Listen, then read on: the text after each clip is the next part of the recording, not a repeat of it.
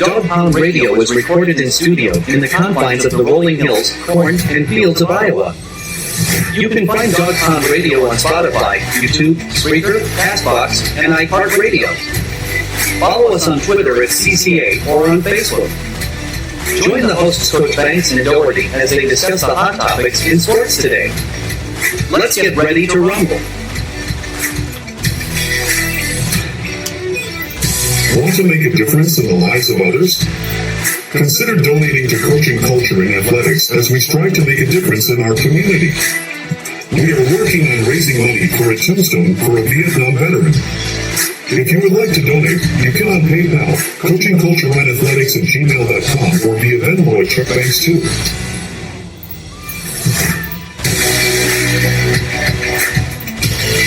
Tonight's broadcast is sponsored by the Coaching Culture in Athletics Radio Broadcast Network. We strive to make a difference in the world one soul at a time. Be sure to check out our shows on Spreaker, iHeartRadio, Spotify, Castbox, and many other platforms. Want to be a sponsor? Contact us at coachingcultureathletics@gmail.com. Be sure to be on the lookout for the upcoming book, Life of an Overthinker, and all of Charles Banks' books on Amazon. Sad fact in today's age that most people only have assumptions on the outside shell and don't take the time to get to know the inside of the soul. Assumptions and quick judgment often lead to distress and unrest in society as a whole. As an overthinker, it hits the soul a little harder overall. Questioning virtually every aspect in our lives, contemplating decisions, and never really understanding where we fit in the equation leads many of us to crisis levels of anxiety. Now back to the show. All right, ladies and gentlemen, you know what? Tonight we have Caden Bronson from Mid2West. And, you know, I think it's going to be a twister of a show, guys. I don't know. Yeah, I think so. All right. So, you know, you guys, I know, Cade, you've been chasing these storms around for a couple years. I can remember when the wife and I and the family we were going to Myrtle Beach, South Carolina, and you guys were kind of following us all the way down into Tennessee and stuff. I remember one night. I don't think you were quite just a year maybe at a high school. I mean, what made you start chasing these thunder boomers? I don't know. I think it all started. I remember being probably 4 or 5 when I first watched the movie Twister, and that kind of triggered something in me. I fell in love with tornadoes and storms like that. So since then, I've always, growing up, when there was a storm, I was out looking out the window, trying to get on the front porch, and just run around and look at those. And then, so as soon as I got my license, it was boom, I was off, and I started chasing as soon as I was legally able to. Oh. Now, Bronson, what brought you into this storm? I know you're a little crazy like me and Cade, but I mean, what brought you into this?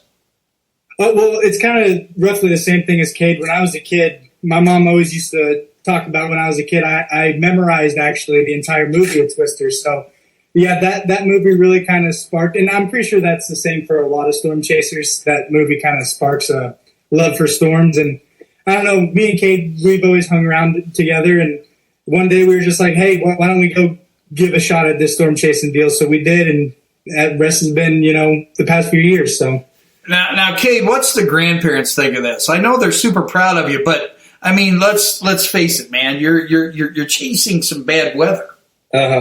Yeah, they get pretty worried when I go out. Just a couple weeks ago, March 31st, I was giving a presentation to the Central High School, the Earth Science class, I think it was, and my grandma's an associate in that class. And I right after I was done giving my presentation, I had to leave and get set up in a position. And she gave me a hug, and she kind of teared up a little bit and told me to be safe. But yeah, they get pretty worried when I go out. Well, I mean, it is pretty scary. I won't lie to you. There was a TikTok that I did I think last year, I know Ethan Bergman, he was kind of laughing about it because I said, what am I doing? You know, but I'm kind of like all these Midwesterners. I mean, I love to see it, but I don't like to get too close. Now, that picture that I had up there at the beginning, who was that guy? I mean, he was a role model of yours, obviously. Yeah, that was Reed Timmer. He has a PhD in meteorology. He's been storm chasing since the late 1990s. He's had shows on the Weather Channel, on the Discovery Channel. He was in Storm Chasers. That went on for a few seasons, and then he headlined his own show, Tornado Chasers. And then after that ended, he started his own YouTube and just a whole bunch of social medias. He's got hundreds of thousands of followers. He was someone I looked up to at a young age. I remember watching his shows at my grandparents' house, and then the past few storms we'd actually been on the same storms as he was, and then finally March 31st. We ended up right behind him. He was in the car right in front of us, and he stopped and we talked to him for a little bit. And he's a super cool guy. He turned around and told us to just follow him and assess some tornado damage, and we got to talk to him and take some pictures. And yeah, he's just a super cool guy. Did you spend more time in the Illinois and Mount Pleasant area, or did you end up getting over there, like over by Ottumwa, and where they were hit? On that day, we had originally I went up to Olds and met Bronson and picked him up there. We originally targeted the Iowa setup, but we were kind of drawn to an early storm that formed over in Kansas, made its way across Missouri. So we headed down south, got on that storm around Hannibal, and we crossed over the river into Illinois. And we chased that for probably 2 or 3 hours. Man, it definitely takes a lot of patience and things like that. Anytime that you're doing that, I'm tweeting this out so Twitter, the Twitterverse knows what we're doing. Maybe a few people will chime in there. But hey, if you're listening out there, you're listening to Dog Pound Radio. This used to be Coaching Culture and Athletics. I've totally revamped it. Coach Doherty and I. We decided to create this multiverse platform, and believe it or not, I'll probably be trying to talk Cade and Bronson into doing a podcast on this network. But anyway, I won't let the cat out of the bag too early. Okay, I just went whoops, but I know you guys love talking about this stuff, and we'll get into some pictures here in a little bit. Now, did you ever feel like threatened on the March 31st storm, or did you feel pretty confident? That one, yeah. Well, the difference between for instance, the March 31st day was exceptionally hard for chasing, and all that whole weekend was, even the storm system that followed the next Tuesday. They were moving. They were very fast moving storms, so they can be really unpredictable at sometimes. So you got to always keep your head on a swivel and keep your eye out on radar and stuff. But we were tracking the storm, like Cade said, for a long time, and we just found ourselves right in the middle of it at one point. But we got out of the bad stuff, the hail and rain and bad winds and stuff. So yeah, it's always dangerous, and you always got to keep your eye out. Now, I've always been told, and my dad gave me this reference a few times when I would go out. He was in law enforcement for a long, long time in Appanoose County. That if the tornado appears that it's not moving, it's coming to get you, right? Yeah, that's exactly right. So have you ever taken a beeline right or left into a ditch away from one of these buggers yet? No, we haven't had to do that yet. We've had a couple close calls where we probably got a little closer than we really want to. But most of these tornadoes, most of the tornadoes you see like pictures of, those are the rarity. Those aren't normal. Most tornadoes are going to be wrapped in rain. They're going to be really messy. And so that's when you run into problems because you just can't see where it's at. And there's been several instances where we've gotten into some thick and heavy rain and just hit like right on the outskirts of that tornadic wind field. March 31st, actually, we got some tornadic wind field that we were right on the outskirts of it before we got out, but it was pretty gnarly stuff. Well, and then I also heard, for one of the first times in a long time, we had twins. Did you happen to experience that storm?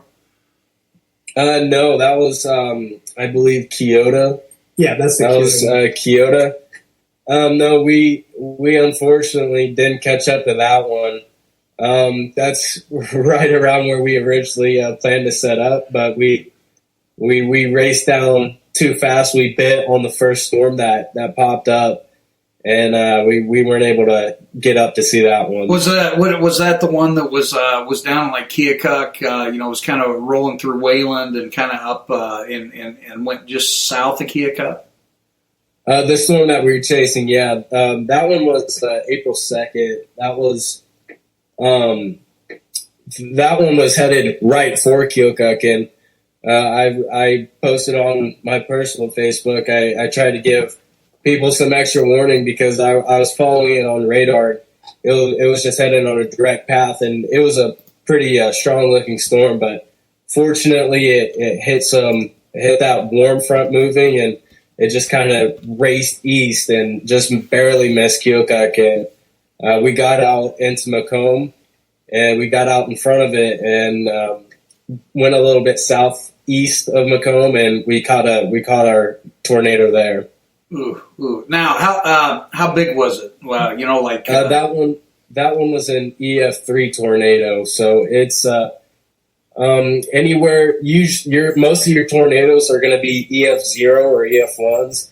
They're going to be fairly quick and short-lived, and around 85 to 100 miles per hour winds. But once you start getting into that EF3 territory, that's when tornadoes really.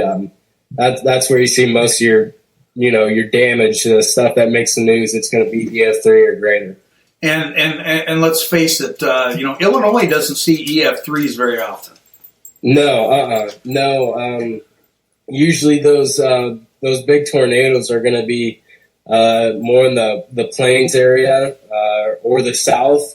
Right now, we're kind of transitioning from the Dixie Alley into the traditional tornado alley.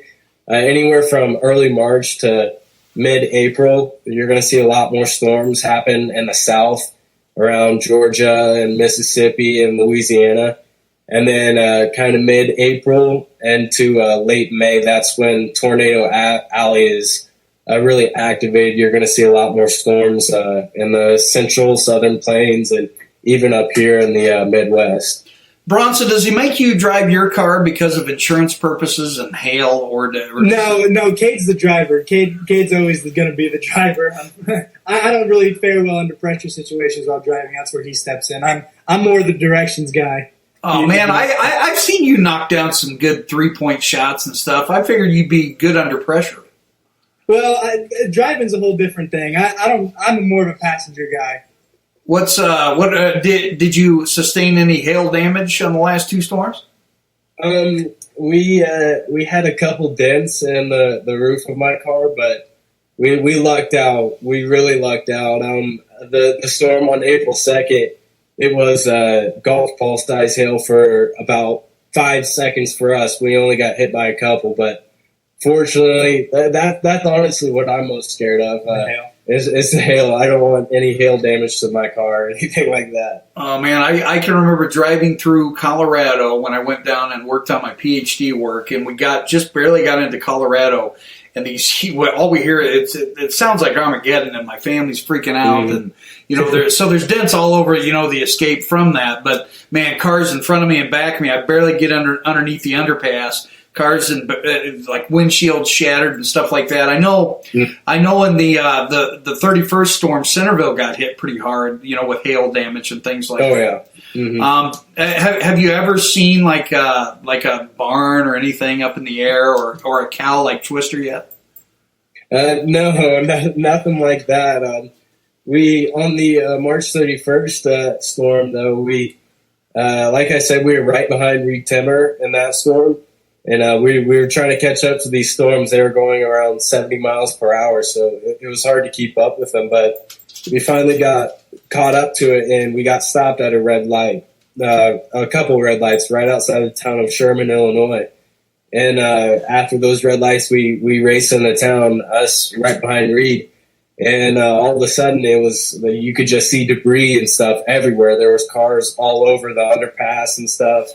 And we realized that just like 15, 20 seconds before we got there, there had been a pretty substantial tornado that went right through. So that red light actually probably did us a favor. We weren't able to see a tornado, but the odds are that we would have actually been inside the tornado. Man, that's super scary. Now, what type of technology or what type of how do you to go out and kind of game plan on these storms and things like that? What do you utilize, and what do you utilize in the field at this point?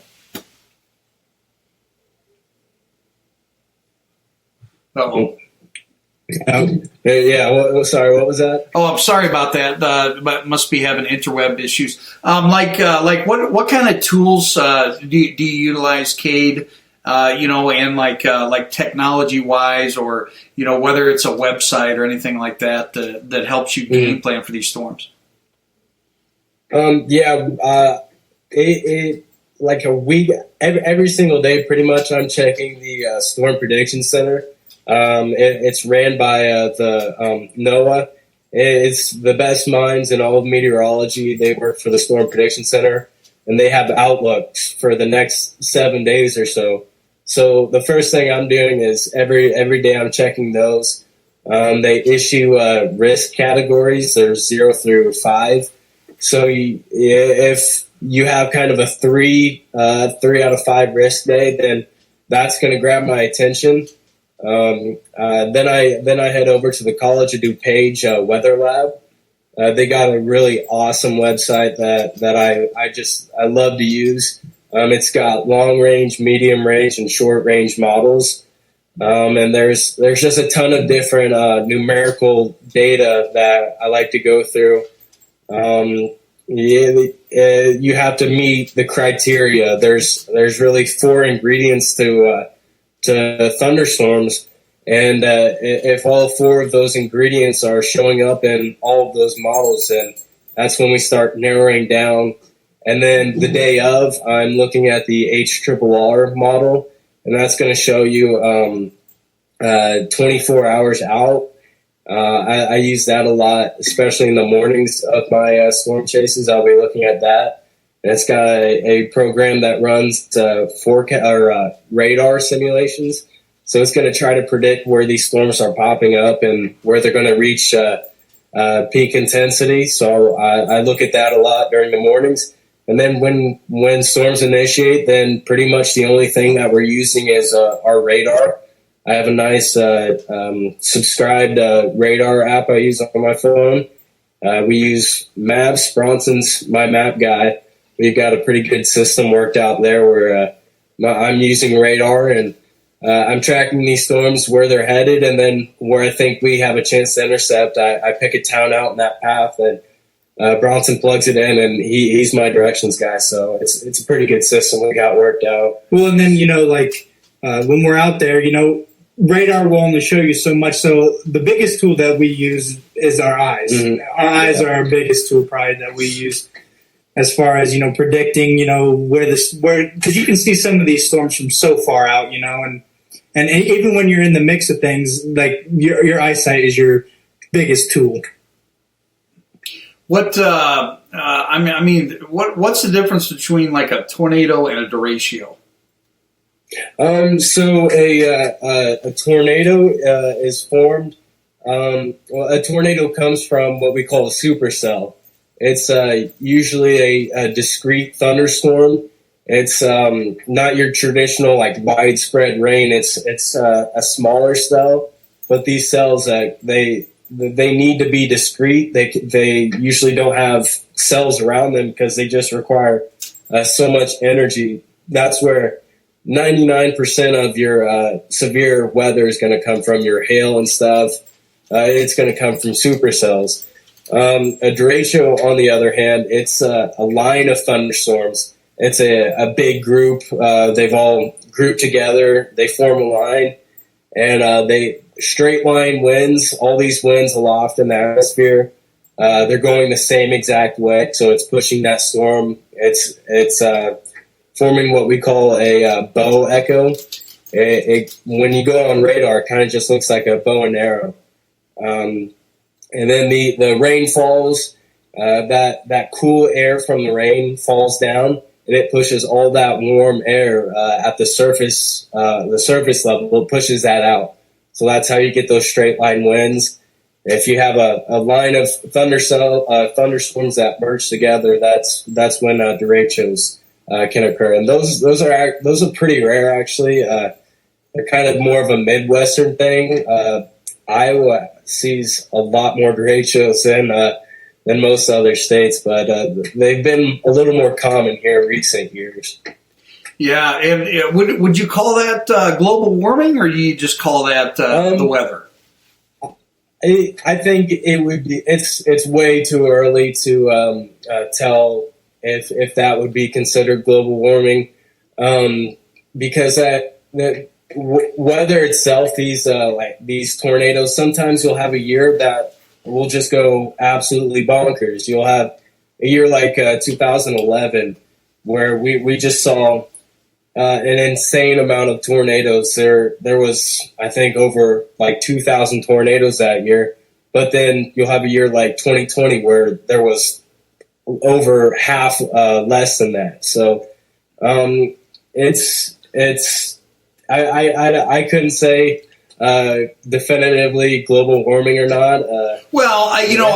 Al Gore said we'd be underwater right now, so I mean, I think we're good. So. Yeah, I don't know about all that, but what it does have, tornado activity does have a lot to do with is the warm currents over the Pacific Ocean. You get your La Nina and your El Nino years. Wind patterns, and that has a lot more effect to it than really anything else. Well, and that outbreak on the 31st, like he said, there are certain years where it's just prime for tornadoes. Like for instance, 2011, and this year is already off to a pretty big start for tornadoes because that 31st outbreak it's in the top 5 now. It was third. Yeah, it was the third largest ever tornado outbreak in the United States. Yeah, 119 something tornadoes confirmed in one day. And it appears like these tornadoes are getting a lot more violent. In comparison. I mean, like in the last few years, I know one hit Marshalltown that was pretty destructive a couple years back, and we hear about those, but and then there was one up north. I can't think of the name of the town. It's where I think where Coach Ed Thomas. Remember where he coached football? There was Parkersburg. Yeah. Was that in 2011? I think it was because or 2013. One of the two. Yeah, that was an EF5 tornado, and we haven't had an EF5 tornado since 2013.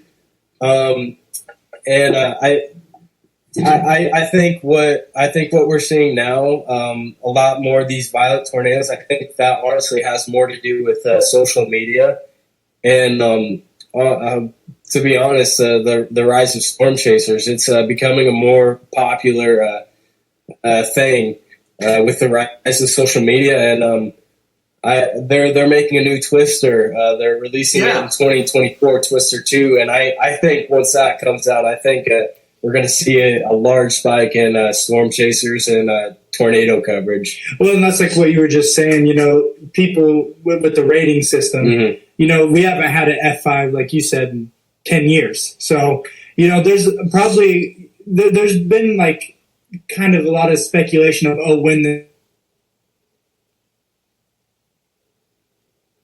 I think they locked up on me. Oh, well, I think we both locked up. That's weird. Yeah, I think it did too. You guys good? Yep. Okay. All right. If you were listening, we just had a computer glitch. I'm going to guess that it's the Russians, but that's my opinion. Now, Bronson, you were talking about these F5s and things like that. Now, I remember a storm chaser down in Oklahoma City where they took his he got killed in this. Tim Samaras. What's that? I think his name is Tim Samaras. Okay, that guy, and the vehicle that he was driving was like armored, right? He was actually in a I want to say it was a Camry. Yeah, he unfortunately that day was not in a vehicle suitable for that. But that was the El Reno tornado of 2013. The biggest tornado ever. The biggest tornado ever. It was 2.5 miles wide, and it had wind speeds of over 300 miles per hour. It's actually the strongest winds ever recorded on Earth. Paired up with the widest tornado ever recorded at 2.5 miles. And that day, 4 storm chasers died. It was the first time storm chasers had ever been killed by a tornado. And what had happened was, besides the fact of it was 2.5 miles wide, it was just absolutely massive, is these storms usually travel in a northwestern or northeastern direction. That's a general rule of thumb. They're going to move northeast, so you want to, if you want a good view, you're going to have to sit southeast of the tornado. That day, however, the tornado started and it dipped down and it went immediately south and then kind of curled around in a hook before heading up to a northeastern direction, but that caught Tim Samaras and his team in a pickle, along with dozens of others. But unfortunately, Tim and his team, they weren't able to make it out of the path in time. Definitely doesn't make the grandparents feel any better. I'm just going to throw that out there. Oh, no. Yeah.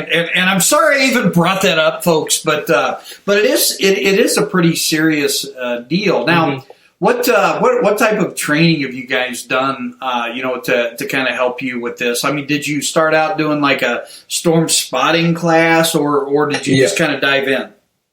Yeah, we actually both of us took a storm spotting class and got certified by the NWS to storm spot, and that semester actually. I was able to take a whole semester and do an independent study. So I chose weather and specifically severe weather for that study. So for a whole semester, I was just learning everything I could about storms and storm chasing. And then both of us have also watched probably hundreds of hours of YouTube and stuff. They've got a lot of great resources to help people get started in storm chasing. Skip Talbot, he comes to mind. He does a great job. He does seminars all over the country and stuff at NWS events, and he's been a great guide. But the biggest thing that I think we've done is just getting out there. Every storm, we learn something different. We learn new tactics and stuff. And especially the past 3 or 4 storms, I'd say we've really started honing in our skills, and we're putting ourselves in a lot better position than when we first started out. Where would someone go and get certified and like go to these storm spotter classes? Is this a county deal or a state deal? We did ours in Donaldson, didn't we? Yeah, we did ours in Donaldson. Our National Weather Service office for our area is the Quad Cities NWS. They go around every spring and do classes all around in their covered area. Like Bronson just said, we did ours in Donaldson. I can't remember if they had one in Donaldson this year or not, but they also do some online seminars too. So if someone was interested in that, you'd have to go to their the NWS Quad Cities Facebook page and find out more about their times and schedules there. What would be the odds of you bringing Coach Banks and he would go live, on this broadcast, storm chasing sometime? I mean, what are the odds? Anytime. The next time we have a storm system close to here, we could get in contact with you. You definitely be able to come with us. We'd probably stick you in the back seat with a camera. Yeah. That'd be awesome. Well, we have to ask the listeners out there, you have to give us a thumbs up for that, or at least a comment if you want to see Coach Banks cry like a little girl, So tomorrow there's a chance for severe weather. Do you think is it going to be as much as an April 2nd or March 31st, or is this going to be a little bit weaker system? It's definitely going to be a weaker system. I should backtrack. It doesn't have the it doesn't have the widespread potential that these past two storms systems that have gone through on March 31st and April 2nd. Those are pretty rare. The March 31st was a 5 out of 5 on the risk category. Okay. That is incredibly rare. And then to have April 2nd, which was a 4 out of 5, and to have those two systems, pretty much back to back. I don't think anything like that has happened around here in at least a few decades. Well, and those people at the Storm Prediction Center, they've done a pretty good job, especially recently. Those type of weather events, for instance, like the 31st, or like a big weather event, they pretty much try to, with the rating system, like a 5 out of 5 risk. You pretty much will know about it ahead of time if you're in like a potential threat for some real dangerous severe weather. Yeah, and I'll be checking my models in the morning, the day of the event. 10 times more than you put together the past 3 or 4 days that you're looking at of it. The day of tells you a lot. But right now, I think if we were to get a storm anywhere near our area, the biggest threat would probably be hail. But I'll be looking tomorrow and finding out more then. Now, what kind of discretion do you give to because this was the first time in my entire teaching career that schools let out. You know what I'm saying? For this particular storm, and it was like the younger generation, they were like, I'm going to go to McDonald's. What kind of a discretion or seriousness do you tell these folks, guys? Like I said, I mentioned this in every class that I presented in. I tell them it's kind of a running joke here, especially in the Mid2West, that if the tornado sirens go off, then you go on your front porch and look up at the sky. But the reality is that all it takes is one. There have been over 100 tornado-related deaths this year. We're on track to be one of the most deadly years in all of tornado history this year. So all it takes is one tornado to come through, and especially like the systems that came through on the 31st and 2nd. Those were very fast-moving storms. Those were very fast-moving systems. Some of those storms are going 70, 80 miles an hour. So by the time that the tornado sirens get going, you don't have time to go on your front porch and look around. You only have time to get shelter and get in a safe spot, because we've gotten a lot of experience, so we know how to stay safe in the face of these storms. But when you're sitting at home you're just a sitting duck. So they can. All it takes is one. We've got very lucky the past couple of weeks, and I think Southeast Iowa's luck is going to run out here some point in our lifetime. I think we're going to see a pretty significant event go through. Well, and the part of the thing that draws people to storm chase and tornadoes is that, these things, they might be real pretty to look at, and they might be, breathtaking or jaw-dropping, type of things. But in reality, they're unpredictable. Like, we still haven't had an accurate prediction for how tornadoes move, how they grow. They're nothing to joke around with, obviously. So whenever you're in a potential threat, like we were the 31st, you always want to keep your head. You always want to keep your head on a swivel, pay attention to your radar, and have a plan. That's the main thing: is always have a plan of what to do during a severe weather event. 100%. You're listening to Dog Pound Radio. I have Cade and Bronson from Mid2West Outdoors. Now, we haven't brought that up yet because this is a new venture, and you're also looking for sponsors. So, I always want to make sure that we talk about that. And when we get done tonight, guys, just shoot me your links and information, and I'll make sure that they hit all of our facets, whether it's iHeartRadio, Spotify, all that sort of stuff. So let's talk about Mid2West Outdoors, man. I'm a little disappointed you haven't followed me on TikTok yet, but that's okay because you can't follow everybody, dang it. So, but Antlers, what made you come up with this? I mean, Cade, it appears. I mean, are both of you guys going to be history teachers and coaches too? Okay, so all of us history teachers and coaches, guys, we're schemers and stuff like that. But these guys have the ability here to create something and foster something huge, especially at your ages, creating something like this. And I think it's pretty special, and you're putting together a pretty good group. But what is Mid2West Outdoors? Basically, when we first started storm chasing was back in 2018. We created the page.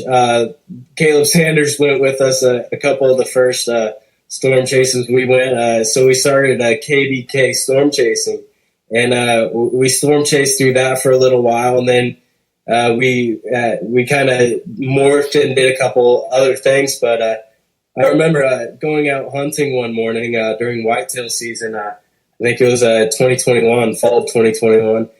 I started thinking about it, and I wanted to do something with outdoors, and I just thought if I could bring together a page with outdoor content like hunting and fishing and stuff like that, if you could pair that up with something like storm chasing, no one does that. There are storm chasers, there's storm chasing pages, and then there's hunters and hunting pages and stuff like that, but no one's ever kind of merged those together. So I thought about it, and then I started asking around, and all of my friends have been super supportive.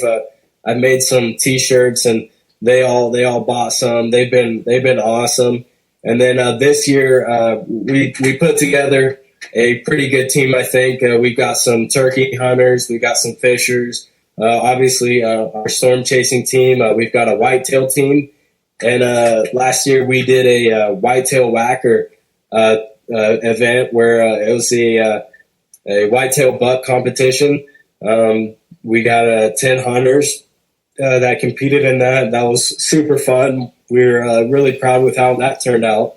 And this year we're partnering with F6 Outdoors, an awesome bow shop ran by Jamie Fuller. Right outside Montrose. We're partnering with them to bring the 2023 whitetail whacker, so we're super excited about that. We've also got a turkey event going on with Luke Simmons and Simmons Gun and Repair. So we're super happy about that. But on the storm chasing side, we want to be able to live stream these. We want to be able to be kind of a warning system for people in the path of these storms. Storm chasers are some of the most reliable sources when it comes to tornado warnings and stuff like that. So we want to be able to do that. But it's pretty expensive, as you can imagine, with gas prices. That's 2 storm chases we were on this year. Both of those were over 500 miles driven. So it's expensive. So we kind of came up with the idea to get some sponsors together and help us fund storm chases. If we could get a couple of those together, we plan on taking a trip or 2 down to around Oklahoma and Kansas on a good day. So that's kind of where we're at now with Mid2West. Man, 500 miles is, I mean, that's a jaunt, man. Yeah, it is. And those are just storm chases to Illinois. We've also been to Tennessee. And I know, man. I saw you on that 19 and a half hour trip I was driving, and you were staying pretty close, you know. Yeah. We were in the car for 23 hours straight or something like that. We woke up early in the morning, around 3 in the morning, and headed down, set up in Tennessee, chased all day, and had tried to make it back home, but I was pretty tired at the wheel, and Bronson looked over at me, and I had my chin resting up on the steering wheel. He's like, "Are you all right?" And I said, "I don't think so." We stopped. So we found a rest stop, and we stayed there for the night. Now was this was your senior year in high school, right? Yep. Yeah. Because I was like, where are these guys going? And folks, you know, I do follow, you know, my all time favorites on Snapchat, so I can kind of see where they're at. You know, I have to. Mm-hmm. It is what it is, and yeah, that's it's crazy, but you know, I ghost hunt, so what's crazier than that, right? yeah, that's true. Now you don't have a Mid2West paranormal group yet, so we may have to. That should be our next venture. That should be our next branch of Mid2West. Dude, I would join you in a heartbeat. You know, but in all seriousness, what is your goals, Caden Bronson, you know, whether it's Mid2West or whether it is this storm chasing? I mean, where do you see yourself, you know, 12 months from now or 5 years from now? Obviously, you want to be teaching history and making these young kids fall asleep like I do. But you know, what's your goal with this organization? Do you want to be a millionaire? Come on, man, think big. Yeah, honestly, if this were to take off, then storm chasing would be something that I would love to do professionally. Right now, it's just a hobby, but you know, we're trying to do it while we can, while we're still you know, going to school and stuff, and have the free time to be able to do that. Obviously, right now, both of us, our plans are to be teachers and coaches, but you know, if we were able to make this work within the next 4 or 5 years, it would be awesome to be able to do something like this and to hunt and storm chase. But my goals right now though are to get through college and to be able to get hired on somewhere and coach and stuff. That's where I'm headed now. Well, and you get your summers, you get some of your summer off too, guys. I mean, let's face it, right? Yeah. What were you saying, Bronson? Oh, I was just saying, you know, like a big part of it for me, you know, I feel like, especially with my generation or our generation being kids, you know, nature really, you know, people are getting way less connected with nature than they have in the past. So, I mean, that's pretty important to me too, that, you know, we stay connected with, you know, our earth and, you know, fishing, hunting, you know, storm chasing, whatever it is. It's always good to get out there and do any of that stuff whenever you can. So, you know, we like to bring a platform for those types of things, especially for our area. The piggyback off that's one of the main ideas behind forming this group. We want to bring more attention to what we have right now, the outdoors. We have some beautiful places here, especially in Southeast Iowa and among all of the Midwest. We want to bring attention to that and be able to help preserve what we have now, so we could pass down this beautiful land to future generations, because we're pretty lucky to live where we are. A lot of people think it's pretty boring around here, but I think you just got to get into the right stuff, and this is one of the best places on earth to live. Best places to fish locally within the tri-state. We have a couple private ponds we like to fish too, so the landowners probably wouldn't like us shouting out exactly where those are, but the Mississippi, it's always great. We're pretty fortunate to live, anywhere here in southeast Iowa. You could be about 15, 30 minutes away from the Mississippi, so that's a great resource for fishing. We like going out to Indian Lake out near Farmington a whole bunch. There's lots of private ponds. There's lots of cool lakes. There's ponds around Shimmick and stuff like that. But the Mississippi's awesome. So we just live in a great spot. All right, biggest question, Bronson. Have you ever seen Bigfoot in Shimmick? No, I have not seen Bigfoot. Okay. Dang it. Shimmick. I have not. Dang it. But one of my friends swears up and down that they saw a bear around Farmington. So you could see black bear up here, right? I didn't know that because I heard that and I was like, "There's no way." So I looked it up, and sure enough, we are in bear range. Technically. Ryan Johnson, GPS locations, please. All right, there we go. Oh my goodness. Well. We're getting ready to kind of wind down our first show, guys. But I plan on having you back. If you'll join me, I think it's amazing. As your old teacher and coach, man, I couldn't be prouder of what you two are doing. I mean, not only have you jumped in and taken a chance, but you guys are going out there and you're saving lives. And you're kicking names and taking butt, right? I mean, this is awesome. So I'm a huge fan. Make sure that you stay on, shortly, for just a few minutes after we end tonight's broadcast, guys. But let's give shout outs, last words. How do they follow you guys? And is there an email address, Cade, where potential donors or sponsors can do that for you? We're on Facebook, Instagram, YouTube, TikTok, Twitter. We're on all of those under Mid2West Outdoors. You got that banner going there on the bottom of the screen. You could search that up anywhere, and we'll pop up there. And for sponsors to get in contact, you could reach me through my Facebook, Cade Meyer. You can message me there, or my email is cademeyer@icloud.com.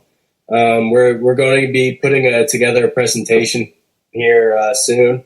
I went through all my social medias and pulled some numbers and stuff, so I'll be putting together a presentation and sending that out to local businesses. And hope we could pull in a couple sponsors through that. Phenomenal. Now, I do have to share this. I'm going to have actual copies of The Life of an Overthinker. It is kind of a short read, guys. It's 119 pages, but I'm selling those for $20 a piece because I've started a foundation, with this. It's called Tombstones for Veterans. And my father-in-law is yet to have a tombstone put on, so I'm raising funds from this particular book, and I'm selling them for $20 a piece. So if you're interested, you can message me or do any of that sort of stuff. I'll have some on hand here before long. Just a little bit, Sunday night, our show, it's kind of piggybacked off the coach show. Coach Doherty and I will be on with Fort Madison AD Jeff Lamb.